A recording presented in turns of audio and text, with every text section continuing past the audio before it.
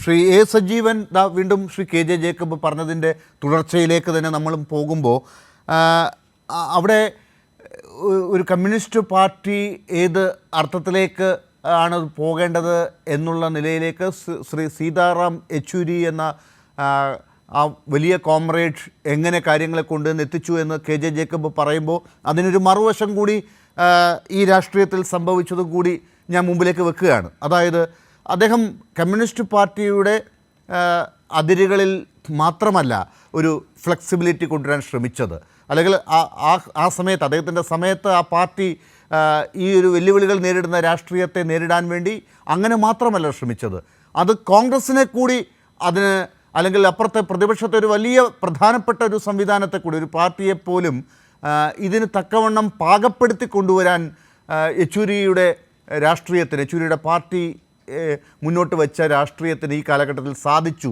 എന്നുകൂടി പറയേണ്ടി വരും. കോൺഗ്രസ് അതുകൊണ്ടാണ് നേരത്തെ ശ്രീ കെ ജെ ജേക്കബ് ശരിയായ അർത്ഥത്തിൽ പറഞ്ഞതുപോലെ ഉത്തർപ്രദേശിൽ ഒരു പ്രത്യേക രാഷ്ട്രീയ കൂട്ടുകെട്ടിന് തയ്യാറായത്. ഈ കഴിഞ്ഞ തെരഞ്ഞെടുപ്പിൽ പല വിട്ടുവീഴ്ചകൾക്കും തയ്യാറായി നിൽക്കുന്നതായി നമ്മൾ കണ്ടത്. പക്ഷേ ഇപ്പോൾ ഹരിയാനയിൽ എങ്ങനെ എന്നുള്ളത് കൂടി നമുക്ക് ചർച്ച ചെയ്യേണ്ടി വരും. അപ്പോൾ അങ്ങനെയൊരു മാറ്റം കൂടി ഉണ്ടാക്കിയത് ശ്രീ സീതാറാം യെച്ചൂരിയാണ് എന്ന് പറഞ്ഞുകൊണ്ട് മുന്നോട്ട് പോവുകയാണെങ്കിൽ ശ്രീ സജീവൻ. തീർച്ചയായും സീതാറാം യെച്ചൂരിയുടെ വിടവാങ്ങൽ അത് നമ്മുടെ ഇന്ത്യൻ രാഷ്ട്രീയത്തിൽ, കമ്മ്യൂണിസ്റ്റ് പാർട്ടിക്ക് മാത്രമല്ല ഇന്ത്യൻ രാഷ്ട്രീയത്തിൽ എത്ര വലിയ നഷ്ടമാണ് ഉണ്ടാക്കുന്നത് എന്ന് നമ്മൾ തീർച്ചയായിട്ടും ആവർത്തിച്ച് ഓർക്കേണ്ട ഒരു കാര്യമാണ്. നമ്മൾ പല നേതാക്കന്മാരും മരിക്കുമ്പോഴും അവർ നമ്മളെ വിട്ടുപോകുന്ന സമയത്തൊക്കെ വലിയ നഷ്ടം, തീരാ നഷ്ടം എന്നൊക്കെ പല ആലങ്കാരിക പ്രയോഗങ്ങളും നടത്താറുണ്ട്.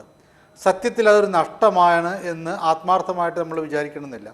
ഏതൊരു വ്യക്തിയുടെയും നഷ്ടം സ്വാഭാവികമായിട്ടും സമൂഹത്തിനുണ്ടാക്കുന്ന ഒരു വിടവൊക്കെ ഉണ്ടാകും.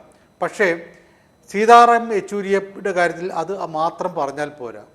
അദ്ദേഹം ഇപ്പോൾ ഈ ഒരു അവസ്ഥയിൽ BJP തന്നെയാണ് ഭരിക്കുന്നതെങ്കിൽ പോലും, ഇപ്പോൾ ജേക്കബ് പറഞ്ഞ പോലെ അദ്ദേഹം ഒരു വർഷം മുമ്പാണ് വിടവാങ്ങിയത് എങ്കിൽ ഇങ്ങനെ സംഭവിക്കുമായിരുന്നു, അങ്ങനെ ചോദ്യങ്ങളൊക്കെ നോക്കുക. പക്ഷേ നമ്മൾ ഇപ്പോഴത്തെ ഘട്ടത്തിൽ ചിന്തിക്കേണ്ടത് എന്തുകൊണ്ടാണ് താങ്കൾ പറഞ്ഞില്ലേ ഇപ്പോൾ ഈ കമ്മ്യൂണിസ്റ്റ് പാർട്ടിയെ മാത്രം പരുവപ്പെടുത്തിയെടുക്കലല്ല, അതിനപ്പുറത്തേക്ക് ഈ പ്രതിപക്ഷ നിരയെ മൊത്തമായിട്ട് പരുവപ്പെടുത്തിയെടുക്കാൻ സീതാറാം യെച്ചൂരി മുന്നിൽ നിന്നു എന്നതിൻ്റെ അർത്ഥം അദ്ദേഹത്തിൻ്റെ വ്യക്തിത്വമാണ്. നമ്മൾ മാതൃകാ നേതാവ് എന്ന് പറയണമെങ്കിൽ ഞാൻ വളരെ ആത്മാർത്ഥമായിട്ട് പറയുകയാണ്, അടുത്ത കാലത്തൊന്നും ഇതേപോലെ പറയാൻ പറ്റുന്ന ഒരു മാതൃകാ നേതാവ് ഇന്ത്യയിൽ ഉണ്ടായിട്ടില്ല.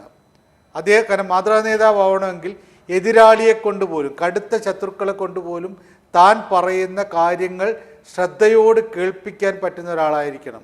വൈകാരികമായിട്ട് ഇടപെടാത്ത ആളായിരിക്കണം. ഇത് വിഷയങ്ങളോട് വൈകാരികമായിട്ട്, സന്തോഷത്തിലാണെങ്കിലും വിരോധത്തിലാണെങ്കിലും ഒക്കെ വൈകാരികമായിട്ട് ഇടപെടാത്ത ആളായിരിക്കണം. ഓരോ വിഷയത്തെയും കൃത്യമായി പഠിച്ച് അത് മറ്റുള്ളവരെ ബോധ്യപ്പെടുത്തുന്ന രൂപത്തിൽ അവതരിപ്പിക്കാൻ കഴിയുന്ന ആളായിരിക്കണം. യെച്ചൂരി അങ്ങനെ പക്വതയുള്ള ഒരു നേതാവാണ്. അദ്ദേഹം വളരെ ചെറുപ്പം മുതലേ തെളിയിച്ചതാണ്. യെച്ചൂരി എപ്പോഴെങ്കിലും വൈകാരികമായിട്ട് ഏതെങ്കിലും ഒരു വിഷയത്തെ സമീപിച്ചതായിട്ട് എൻ്റെ ഓർമ്മയിലില്ല. യെച്ചൂരി പറയുന്നത് കേൾക്കുമ്പോൾ അയ്യോ ഇതെന്തൊരു വൃത്തികേട്, അല്ലെങ്കിൽ ഇതൊന്നും ശരിയല്ല എന്ന് പറഞ്ഞ് അപഹസിക്കുന്ന ഒരു കടുത്ത എതിരാളികൾക്ക് പോലും ഇല്ല. യെച്ചൂരി പറയുന്നത്, അദ്ദേഹം രാജ്യസഭാ അംഗമായിരുന്ന സമയത്തൊക്കെ അദ്ദേഹത്തിൻ്റെ പ്രസംഗങ്ങളെക്കുറിച്ച് അദ്ദേഹത്തിൻ്റെ എതിരാളികൾ തന്നെ പലപ്പോഴും പറയും ഞങ്ങളൊക്കെ സാഹൂതം അത് കേൾക്കുമായിരുന്നു എന്നുള്ളതാണ്. എന്തുകൊണ്ടാണ് കോൺഗ്രസിനെ പോലെ ഒരു പാർട്ടി, കേരളത്തിലെ കോൺഗ്രസ് CPM കുറിച്ച് പറയുമ്പോൾ നിങ്ങളുടെ പാർട്ടി എവിടെയും രണ്ട് സംസ്ഥാനങ്ങളുണ്ടോ 3 സംസ്ഥാനങ്ങളുണ്ടോ എന്നൊക്കെ ചോദിക്കുമ്പോഴും പോലും കോൺഗ്രസിൻ്റെ ദേശീയ നേതാക്കന്മാർ സോണിയാഗാന്ധി, രാഹുൽ ഗാന്ധി ഉൾപ്പെടെയുള്ള ആളുകൾ അവരുടെ ഒരു അഭിപ്രായമോ അവരുടെ ഒരു നിലപാടോ ആദ്യമായിട്ട് ചർച്ച ചെയ്ത ഒരാൾ യെച്ചൂരിയായിരുന്നു.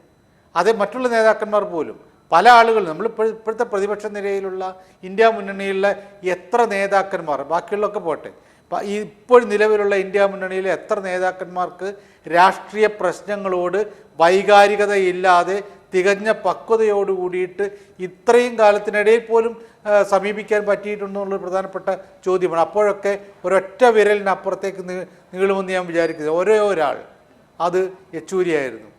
തൻ്റെ പാർട്ടി എല്ലാ സംസ്ഥാനങ്ങളിലും വളരെ ശക്തമാണോ ഇല്ലയോ, തൻ്റെ പാർട്ടി എത്രമാത്രം വോട്ട് ഷെയർ ഉണ്ട് എന്ന് നോക്കിയിട്ടൊന്നുമില്ല. അദ്ദേഹം രാഷ്ട്രീയത്തെ നേരിട്ടിരുന്നത് ആശയപരമായിട്ടായിരുന്നു. ഈ സമൂഹം ഇപ്പോൾ ആവശ്യപ്പെടുന്ന കാര്യങ്ങൾക്ക് വേണ്ടിയിട്ടായിരുന്നു. അത് തീർച്ചയായിട്ടും അതുകൊണ്ടാണ് ബി ജെ പിക്കെതിരെയുള്ള പോരാട്ടത്തിൽ മറ്റ് പല ആളുകൾക്കും പല സ്ഥാനങ്ങൾക്കും താല്പര്യമുണ്ടായി. അതുകൊണ്ടാണ് അവരിപ്പോൾ ഇന്ത്യ മുന്നണി ഉണ്ടാക്കാൻ നിതീഷ് കുമാറിനെ പോലുള്ള ആളുകളൊക്കെ തുടക്കത്തിലുണ്ടായിരുന്നല്ലോ. അദ്ദേഹമൊക്കെ എന്ത് ലക്ഷ്യം വെച്ചുകൊണ്ടാണ് മുന്നോട്ടേക്ക് വന്നതെന്നുള്ള കാര്യം നമുക്കറിയാം. ഇപ്പോഴും ഇന്ത്യ മുന്നണിയിലുള്ള പല ആളുകളും ഏതൊക്കെ താല്പര്യത്തിലാണ് നിൽക്കുന്നതെന്നുള്ള കാര്യം നമുക്കറിയാം. പക്ഷേ ഈ മുന്നണിക്ക് ഒരു ഗഡ്ബന്ധൻ വളരെ കടുത്ത ഒരു കൂട്ടുകെട്ടാക്കി മാറ്റാൻ ഒരു തരത്തിലുള്ള സ്വാർത്ഥമോഹവുമില്ലാതെ സ്വാർത്ഥ താല്പര്യവുമില്ലാതെ നിന്നു യെച്ചൂരി എന്നുള്ള കാര്യം നമുക്ക് പറയണം. രണ്ട് കാര്യങ്ങളാണ് ഞാൻ പറയുന്നത്. ഒരു കമ്മ്യൂണിസ്റ്റ് പാർട്ടി നേതാക്കന്മാർക്ക് CPIM-നാണെങ്കിലും CPIക്കാണെങ്കിലും ആ പാർട്ടികൾ ഉൾപ്പെടെ ഇടതുപക്ഷ നേതാക്കന്മാർക്ക് മാത്രമല്ല കേരളത്തിൽ ഈ പ്രതിപക്ഷ നിരയിലുള്ള ഓരോ ആളും ആത്മാർത്ഥമായി ചിന്തിക്കേണ്ടത് എനിക്ക് ഇനി യെച്ചൂരിയുടെ പാതയിലേക്ക് വരാൻ പറ്റുമോ, അദ്ദേഹം ഉയർത്തിപ്പിടിച്ച രാഷ്ട്രീയത്തിൻ്റെ പക്വമായ രാഷ്ട്രീയത്തിൻ്റെ രീതിയിലേക്ക് വരാൻ പറ്റുമോ എന്നുള്ള ഒരു ചോദ്യമാണ്. അത് വലിയ ആ സംഭവത്തിലേക്ക് ആരും എത്തിയില്ലെങ്കിൽ ഇതുവരെ മുന്നോട്ടേക്ക് വന്നിട്ടുള്ള ഈ പ്രതിപക്ഷ ഈ ഐക്യം എന്നൊക്കെ പറയുന്നത് എത്ര കാലം നിലനിൽക്കുന്നുള്ള ഒരു വലിയ ചോദ്യം നമ്മുടെ മുന്നിലുണ്ട്.